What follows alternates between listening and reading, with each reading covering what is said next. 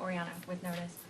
The House is voting today on Darrell Issa's bill to stop nationwide injunctions, and then leadership I know is whipping against that bill. But just 2 years ago, Democrats were calling for kind of similar judicial reform following Judge Kaczmarek abortion pill ruling, which also involved nationwide injunctions. So isn't judicial reform an area where there should be some sort of bipartisan path? Well, I think it's clear, and Republicans were opposed to any reform efforts when this affected women's reproductive care and mifepristone and the North Texas ruling that you're talking about. I'm going to ask Vice Chair Liu to speak in his kind of judiciary capacity, but House Democrats see this effort for what it is.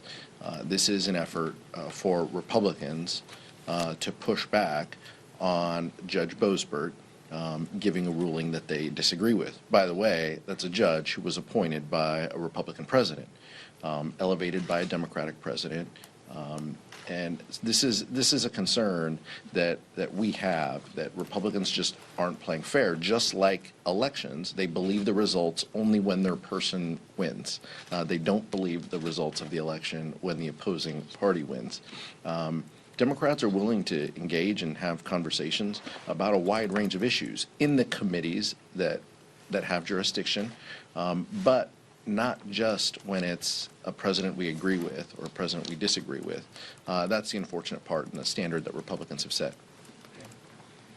Thank you. So let me give you an example of why injunctions are helpful. Because when the law is violated, sometimes it doesn't make sense to only say, okay, well, we're going to let that violation of law not occur in this area, but let it occur everywhere else. So let's take birthright citizenship.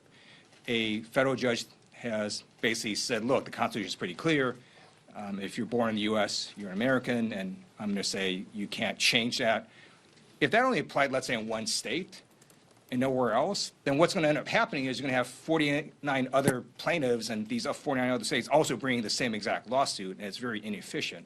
So you have a nationwide injunction, and then that can be appealed if the opposing party doesn't like it, and eventually that could get to the Supreme Court.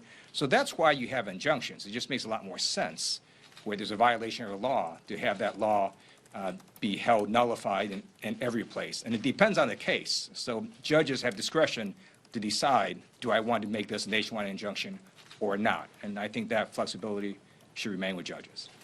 Last question. See, that's a much better answer. He's a real lawyer. Cassie.